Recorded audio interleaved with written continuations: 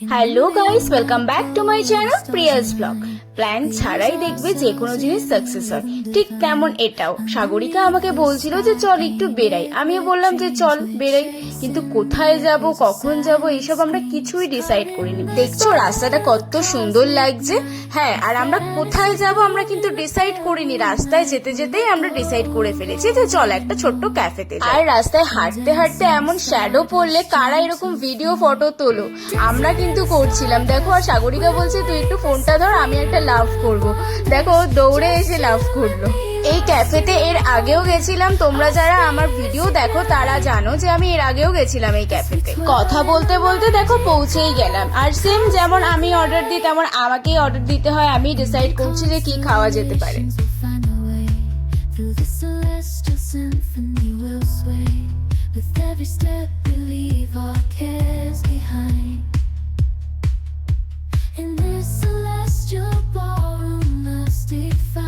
তোমরা অনেকেই জানো যে ওর সাথে আসলে ও ম্যাক্সিমাম টাইম ফোনেই ব্যস্ত থাকে, বাট আমি বোরিং হই। তেমনটা এখানেও সেম হচ্ছিল, ও কন্টিনিউ ফোনেই ব্যস্ত ছিল আর আমি বসে বসে বোরিং হচ্ছিলাম।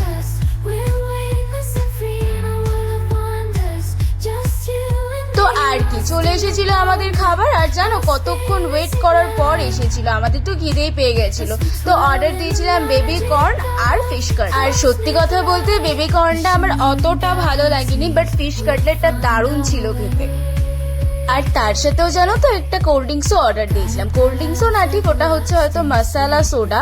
তো ওটা আসতেও দেরি করছিল, আর আমার বন্ধু বলছে যে কখন আসবে, আমাদের তো খাওয়াই শেষ হয়ে যাচ্ছে, এখনো পর্যন্ত এই দেখো ক্যামেরার সামনে আসতে চায় না, আর আমি সঙ্গে সঙ্গে নিয়ে নিয়েছিলাম, ও লজ্জা পেয়ে গেছিল। তো আর কি, দুটো বন্ধু কোথাও গেলে জানোই তো কত কথা থাকে, ঠিক তেমন আমরাও কথা বলছিলাম খুবই। আর কথার থেকে সব থেকে বেশি কি জানো, আমরা হেসেই যাচ্ছিলাম সারাক্ষণ, কিন্তু কি কারণে হাসছিলাম নিজেরাও জানি না। জানো গল্প করতে করতে প্রায় অর্ধেক খেয়েই ফেলেছি, আর আমাকে সাগরিকা বলছে যে একটুখানি থাম, আগে সোডাটা আসুক তারপরে আবার খাবি। তো আমি ভাবলাম তোমরাই বলো, মুখের সামনে যদি খাবার থাকে বসে থাকা যায় চুপ করে? তো দেখতে দেখতে আমাদের কোল্ড ড্রিঙ্কসটাও কিন্তু চলে এসেছিল। আর এখানে আমি সাগরিকাকে কি বলছিলাম জানো, আমি বলছিলাম যে তোর সাথে আমি আর আসবো না, তুই সারাক্ষণ ফোন দেখে যাচ্ছিস কন্টিনিউ, আর আমার সাথে কথা বলছিস না, তোর সাথে আর আমি আসবো না।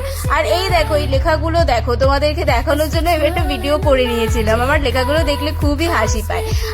আর এই দেখো বেরোনোর সময় দেখি কত জোরে বৃষ্টি পড়ছে, আমাদের যেন আধ ঘন্টা দাঁড়িয়ে থাকতে হয়েছিল। তারপরে ভাবলাম যে এই বৃষ্টিতে যদি না যাই তাহলে সারা রাত ওখানেই থাকতে হবে। তো বৃষ্টি পড়ছিল, তার মধ্যেই আমরা বেরিয়ে পড়েছিলাম। কোনো প্ল্যান না করেও মাঝে মাঝে কিন্তু এইভাবেও বেরোনো যায় বন্ধুদের সাথে। তো কেমন লাগলো আমার এই ছোট্ট মিনি ব্লগটা? তোমাদের ভালো লাগলে কিন্তু অবশ্যই একটা লাইক কমেন্ট করে দিও। তো আজকের মতো